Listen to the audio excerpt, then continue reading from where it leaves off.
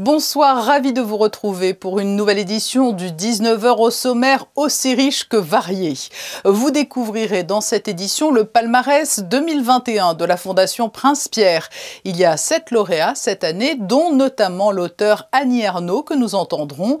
Elle a été récompensée pour l'ensemble de son œuvre en recevant le prix littéraire.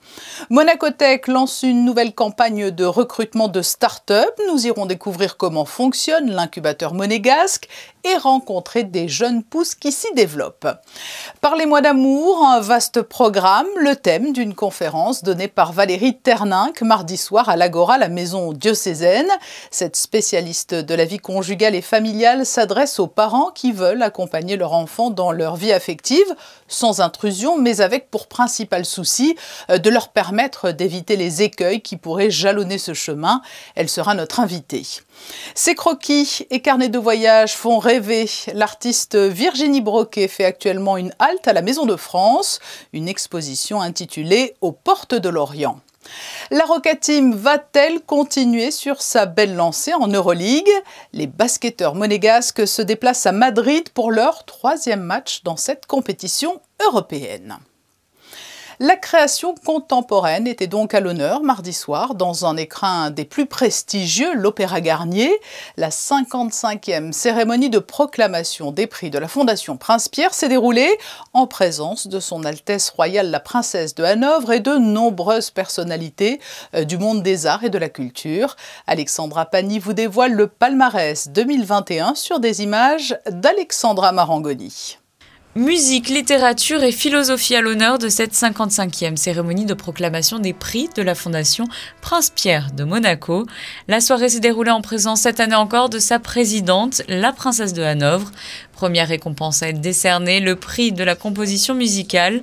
Ce prix, attribué tous les 3 ans, revient cette année au compositeur suisse Michael Jarel pour son œuvre Vier Eindrücke, un concerto pour violon et orchestre interprété par Renaud Capuçon. Autre prix dans la catégorie musicale, le coup de cœur des jeunes mélomanes revient à Beat Führer pour son œuvre Nero su Nero et le tremplin musical à la structure américaine New Music USA pour ses actions menées en faveur de la musique d'aujourd'hui.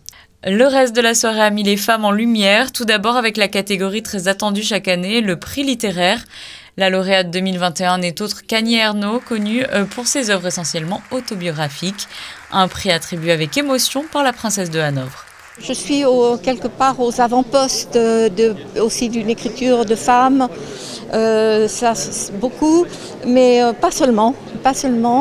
Et c'est un rôle que je n'imaginais pas avoir, mais moi-même, finalement, quand je pense, Simone de Beauvoir, par exemple, a été importante. Peut-être que les modèles étaient un peu plus lointains, Virginia Woolf, c'est sûr. Mais notre époque, tout va plus vite. Et finalement, on prend comme modèle des femmes et des hommes qui écrivent et qui sont encore vivants. Autre grande dame à monter sur scène, l'Européenne convaincue, décrite par Robert Maggiori comme l'une des plus importantes intellectuelles de notre temps, Julia Kristeva a reçu ainsi le prix de la principauté. Ce prix de philosophie est remis conjointement depuis 5 ans par les rencontres philosophiques. J'essaie de tirer l'attention sur ce que je crois être sacré, c'est-à-dire l'écriture des bas-fonds de la vie, de l'impossible de la vie, et qui, parce qu'on peut l'écrire, cette écriture nous rend survivants. Mais quand je dis mot survivant, ça n'a rien de morose, c'est simplement une vitalité nouvelle dont on avait besoin après le confinement. 2 jeunes femmes brillantes étaient également à l'honneur pour la publication de leur premier roman. Abigail Assor reçoit le prix de la Bourse de la Découverte pour son œuvre Aussi riche que le roi. Et Rukiata Ouedraogo, le coup de cœur des lycéens pour Du miel sous les galettes. Des romans à découvrir d'urgence. Et lors de cette soirée, un hommage a également été rendu au grand compositeur Cristobal Halfter, disparu en mai dernier. Il était l'un des membres du conseil musical de la Fondation Prince-Pierre.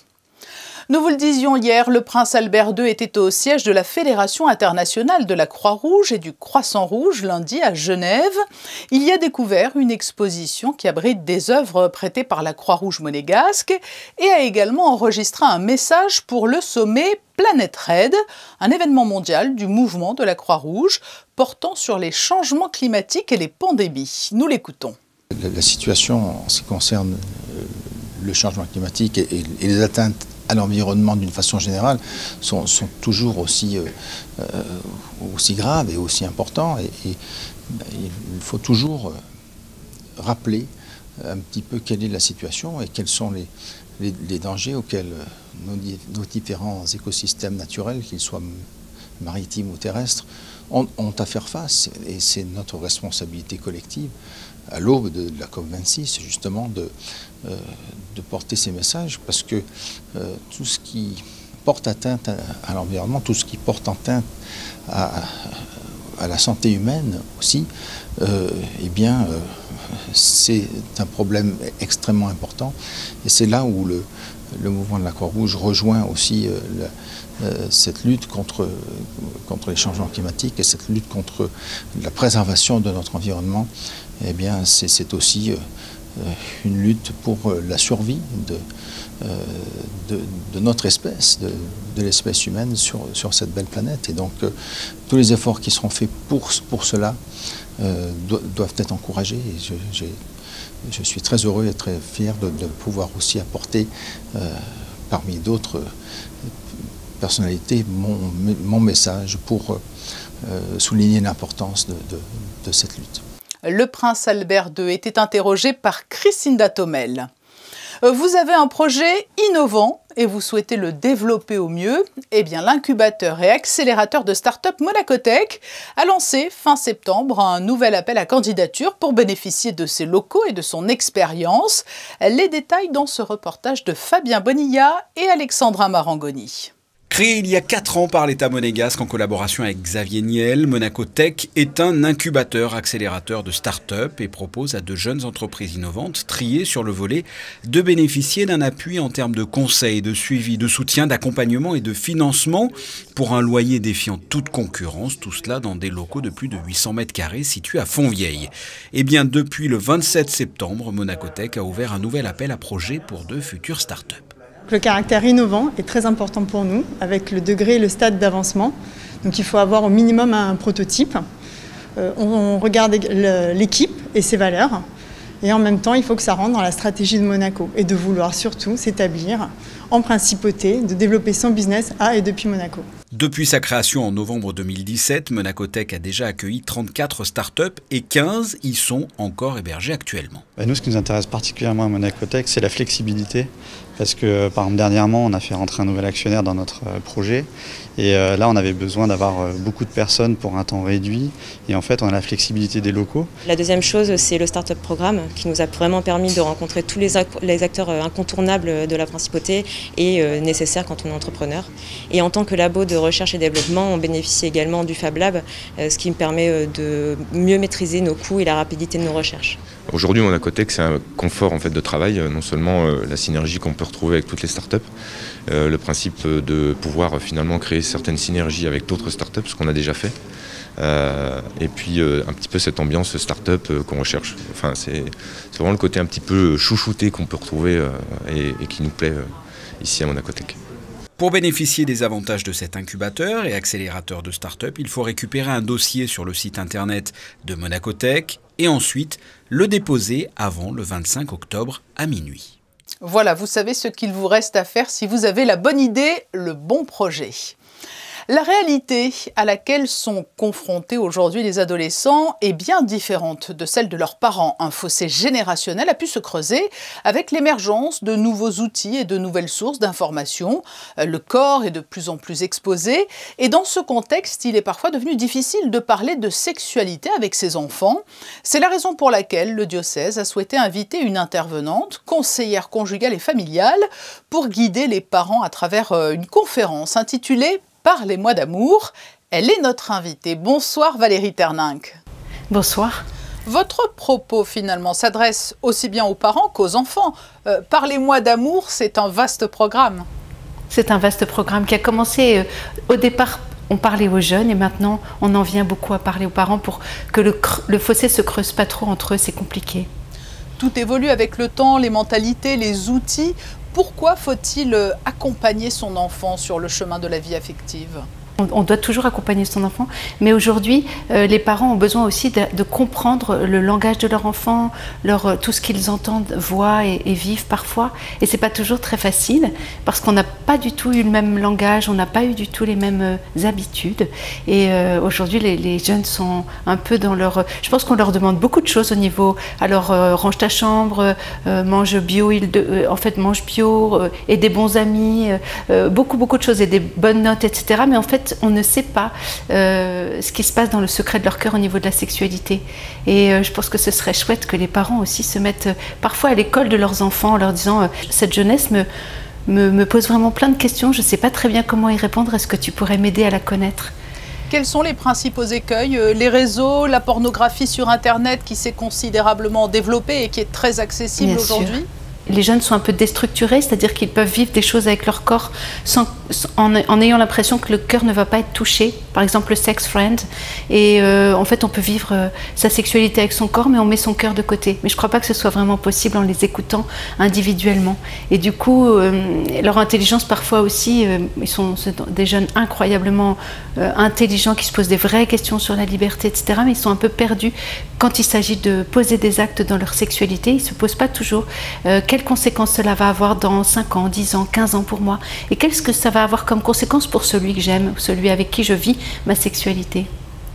Est-ce que l'enjeu aussi, ce n'est pas un peu de les maintenir en prise directe avec la réalité? Parce qu'il y a un monde virtuel qui occupe une place de plus en plus grande chez les jeunes. Là, vous êtes en train de dire quelque chose d'essentiel, c'est-à-dire qu'en fait, on habite son corps et il est très important de se reconnecter à cette réalité. Ce corps nous dit toujours la vérité, il ne ment jamais, il a une mémoire colossale et du coup, se reconnecter au corps, c'est absolument urgent et fabuleux pour le jeune qui arrive à le faire. Et puis il y a une autre donnée maintenant, ce sont les conséquences de la crise Covid. L'éloignement forcé a-t-il changé la donne? Les gestes barrières, la distance, tout cela entre aussi forcément en ligne de compte? Bien sûr que ça a été difficile pour eux de ne pas pouvoir vivre leur adolescence, leur jeunesse comme nous l'avons vécu, comme toutes les personnes le vivaient avant le Covid. Et je pense qu'en fait, ça a permis aux jeunes de se connecter davantage, de perdre le sens de la réalité. Et aujourd'hui, ça fait du bien de voir que ici à Monaco, aujourd'hui, les masques, ça y est, sont tombés. Et ça fait du bien parce que je pense que les jeunes en auront besoin. Il y en a beaucoup qui n'ont pas obéi à ces mesures. Il y en a beaucoup qui se sont quand même retrouvés. Mais je pense qu'ils en ont urgemment besoin et puis c'est chouette pour leur liberté. Vous donnez cette conférence sous l'égide du diocèse. Il y a aussi la vision de la religion catholique et en quelque sorte ses recommandations. Les préceptes d'avant sur la relation charnelle sont-ils conciliables avec notre époque ? Oh oui, bien sûr qu'ils sont conciliables, mais le principal, je trouve, c'est qu'il faut trouver du sens à tout ça. Et si jamais on leur parle de bien ou de mal, de moralité, les jeunes sont complètement perdus parce qu'en fait, ils n'ont aucun sens aux questions qu'ils se posent.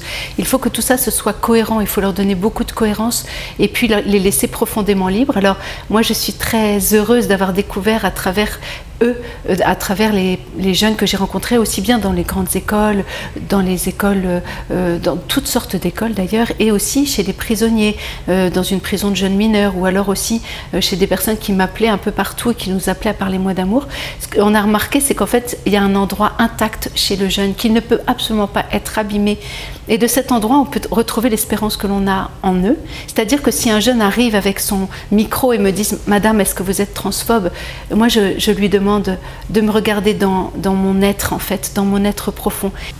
Oui, c'est important ce que vous dites parce que cela demande quand même une grande ouverture d'esprit de la part des parents. Aujourd'hui, on ne parle plus d'une sexualité, mais bien de plusieurs sexualités différentes. Je pense qu'aujourd'hui, il est vraiment juste et bon de rentrer dans beaucoup de dialogue avec eux pour qu'ils puissent comprendre. Et les parents, moi je suis parent et je me range auprès des parents. C'est pas toujours facile pour nous parce qu'effectivement nous sommes liés à nos enfants. Nous avons peur de ce qu'ils vont pouvoir nous dire sur leur vie, etc. Et quelquefois, il y a un jardin secret chez l'adolescent qui est aussi important pour qu'il puisse parler de ses amis, parler de ce qu'il voit, parler en ayant confiance avec ses parents. Mais peut-être que petit à petit, l'enfant se dévoilera. Mais c'est vraiment difficile, les relations parents-enfants, parce qu'on a envie tellement que notre enfant aille bien, se prenne pas de mur, soit vraiment libre et heureux. Et parfois, il est obligé de se prendre un mur pour grandir. Et ça, c'est très dur pour les parents. Merci Valérie Terninck, conseillère conjugale et familiale, d'être venue nous parler d'amour. Merci. Et la prochaine conférence organisée par le diocèse se tiendra le 21 octobre à 19h30 à l'Agora, avec une thématique là aussi d'actualité. Sommes-nous manipulés ? Passons au premier point info de ce journal. Vanessa Dessy nous rejoint et l'on débute par les assises de la cybersécurité. Elles ont ouvert leurs portes aujourd'hui. Bonsoir Vanessa. Bonsoir Patricia, bonsoir à tous. Il s'agit d'un modèle basé sur les rencontres et la découverte des plus importants fournisseurs de solutions. Ils apportent un énorme gain de temps pour les dirigeants. Au programme, rendez-vous one-to-one, démonstrations en live, conférences, tables rondes et ateliers sur les grandes tendances du secteur. Nous y reviendrons plus en détail dans un reportage diffusé dans notre édition de ce jeudi.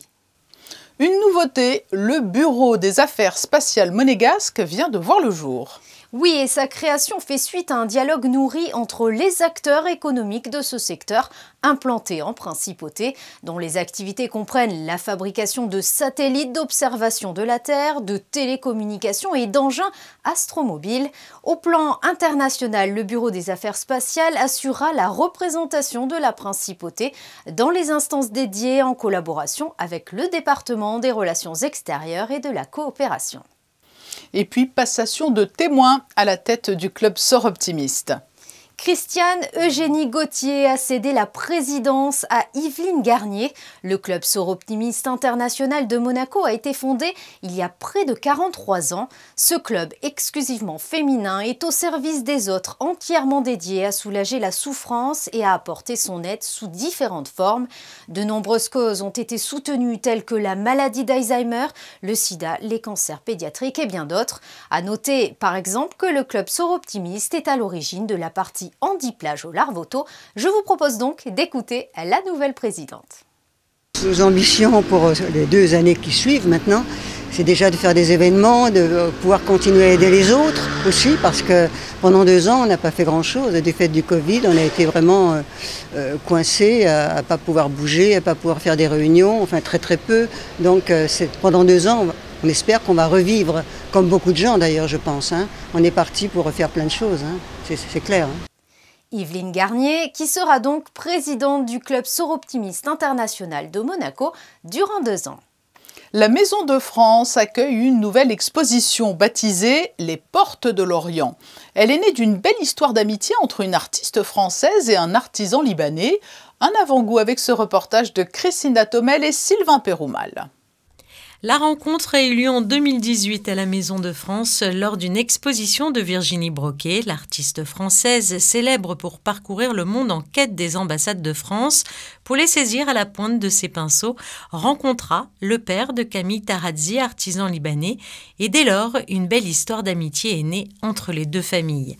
Une rencontre, vous allez le voir, improbable, artistique et historique entre une dessinatrice française et une dynastie d'artisans décorateurs libanais. C'est une histoire qui est née de manière très inattendue. C'est mon père qui était là pour visiter l'exposition que Virginie donnait à la Maison de France.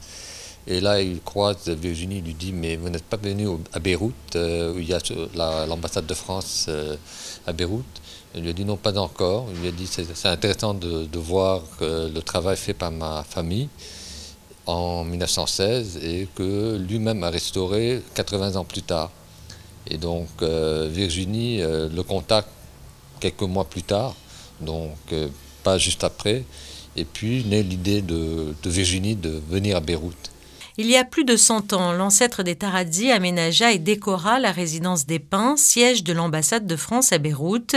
Les vicissitudes de l'histoire, avec leur lot de destruction, engagèrent les Tarazzi dans la seconde partie du XXe siècle à restaurer cette ambassade cruellement dévastée, où Virginie Broquet découvrit une toile de son arrière-grand-père en dépôt d'état depuis 20 ans. J'y suis restée 3 jours à dessiner toute la résidence des Pins, dont le salon oriental que leur aïeul avait redécoré, l'escalier que leur aïeul avait façonné. Et qu'est-ce que je trouve en dessinant un salon? Derrière moi était accroché un tableau de mon arrière-grand-père, oh là, le plus grand des hasards. Et c'était un tableau donc de Léon Espérance Broquet, qui était là depuis 20 ans. Donc depuis le début du projet sur lequel je travaillais des ambassades, et c'était de plus un paysage enneigé de Notre-Dame de Paris avec sa flèche qui avait brûlé quelques mois auparavant, misère. Et voilà, donc mon arrière-grand-père avait été élève de Claude Monet, donc c'est vraiment la touche impressionniste. Et qu'est-ce que j'ai fait?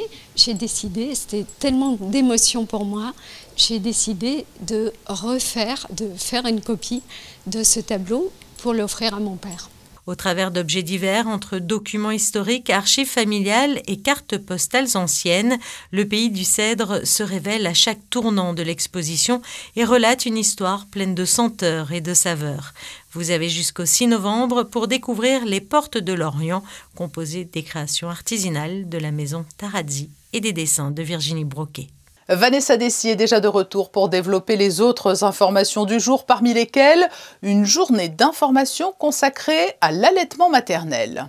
Ce vendredi, à partir de 10h, la Maison des Associations accueille une rencontre dédiée à l'allaitement maternel, une journée d'information qui propose un programme riche. Vidéos, présentation de matériel, démonstration de portage et massage pour bébé. L'idée étant de soutenir l'allaitement maternel et de combattre les idées reçues. Les déguisements effrayants seront de rigueur à la fin du mois pour fêter dignement Halloween, Vanessa. Ce 31 octobre, à l'instar des pays anglo-saxons, la mairie propose au tout petit sa 11e édition du grand jeu d'Halloween au parc Princesse Antoinette. Les équipes de la boîte de jeux attendent les enfants scolarisés en principauté pour un tout nouveau jeu. Déguisements et bonbons à la clé, la médiathèque profite également des vacances de la Toussaint pour offrir un programme d'animation autour d'Halloween. En raison des mesures sanitaires actuelles, une inscription en ligne ou par téléphone est obligatoire. Nous allons vous dévoiler maintenant la photo officielle de la saison 2021-2022 de l'AS Monaco FC. Le Stade Louis II a réuni il y a quelques jours autour du président Dimitri Ribolovlev la direction et le groupe professionnel pour la traditionnelle photo officielle des Rouges et Blancs. Un retour aux sources et un clin d'œil à la réussite sportive de l'équipe l'an dernier, puisque l'antre de nos Monégasques s'est révélé être un des atouts maîtres de Niko Kovac et de ses hommes tout au long de l'exercice 2020-2021. Enfin, la cérémonie officielle d'ouverture du Tennis Europe Junior Masters de Monte-Carlo a eu lieu mardi soir. Ils sont donc 8 par catégorie à se disputer le titre sur les cours du Monte-Carlo Country Club. 17 nations européennes sont représentées avec une importante délégation de la Russie et de la République tchèque. Placée sous le haut patronage du prince Albert II, cette manifestation, disputée pour la première fois en principauté, sera retransmise en direct sur Monaco Info ce vendredi. Le Monte-Carlo Country Club sera exceptionnellement accessible à tous pour assister au match, gratuitement mais sur présentation d'un pass sanitaire. Et les finales seront à suivre en direct vendredi sur notre antenne à 10h, midi, 14h et 16h. Sport encore, la Roca Team affronte ce soir à 20h45 un grand nom du basket européen, du foot aussi bien sûr, mais du basket européen également, le Real Madrid. Nous retrouvons dans la capitale espagnole Frédéric Elion. Bonsoir Frédéric, c'est tout de même un défi immense qui attend les Monégasques ce soir. Bonsoir Patricia, effectivement c'est un très gros morceau qui se dresse sur la route de la Roca Team ce soir. Le Real Madrid, tout simplement l'équipe la plus titrée d'Europe avec 10 Euroleague à son actif. La dernière en date en 2018 avec une victoire en finale face à Fenerbahçe. Les Monégasques sont arrivés hier soir ici à Madrid et ont découvert ce matin le Withing Center, la salle mythique du Real Madrid où ils se sont entraînés. Les Madrilènes qui d'ailleurs devront se racheter après une défaite de 6 points sur le parquet de l'Olympiakos vendredi. Monaco de son côté a remporté ses 2 premiers matchs contre le Panathinaikos et sur le parquet de l'Unix Kazan et cherchera à créer l'exploit ce soir. Non, ça attaque au gros poisson de l'Euroleague. Ça va être un très bon match, très intéressant pour nous, voir comment on se situe face à des équipes comme ça et voilà, essayer d'être le plus compétitif possible et bien sûr essayer de gagner ce match-là. C'est le premier défi d'une très grosse semaine parce qu'on joue le Barça dans 48 heures. On l'aborde avec la même mentalité que les 2 premiers. On ne va pas avec une énorme pression, on sait qu'on est à l'extérieur. C'est une grosse écurie de l'Euroleague, donc simplement jouer avec nos forces, nos fondamentaux, nos principes. Et après on verra l'issue du match. Et cette année, il y a un large contingent de joueurs français au Real Madrid avec Gershon Yabusele et Thomas Hurtel qui étaient à l'Asvel l'an passé, mais aussi Vincent Poirier et Fabien Causeur. Côté monégasque, 13 joueurs ont fait le déplacement ici à Madrid. Seuls les jeunes Rudis de Maïs Balou et Armel Traoré sont restés en principauté. Et nous reviendrons sur l'issue de ce match important pour la Roca Team demain à 19 h. Les prévisions météo, le soleil va-t-il faire de la résistance jeudi, Vanessa ? Malheureusement non, Patricia, le ciel sera bien chargé avec parfois quelques éclaircies durant la journée. Une très légère brise est attendue, les températures oscilleront de 11 à 16 degrés. Le soleil se lèvera à 7 h 41 et se couchera à 18 h 51 et nous fêterons les justes. Merci Vanessa, c'est ainsi que se referme ce journal. Demain, vous avez rendez-vous avec Émilie Rousseau pour une nouvelle édition du 19 h. Les photos de fin de journal sont signées Michael Alési et ont été prises lors de la cérémonie de remise de prix de la Fondation Prince Pierre de Monaco. Passez une très belle soirée.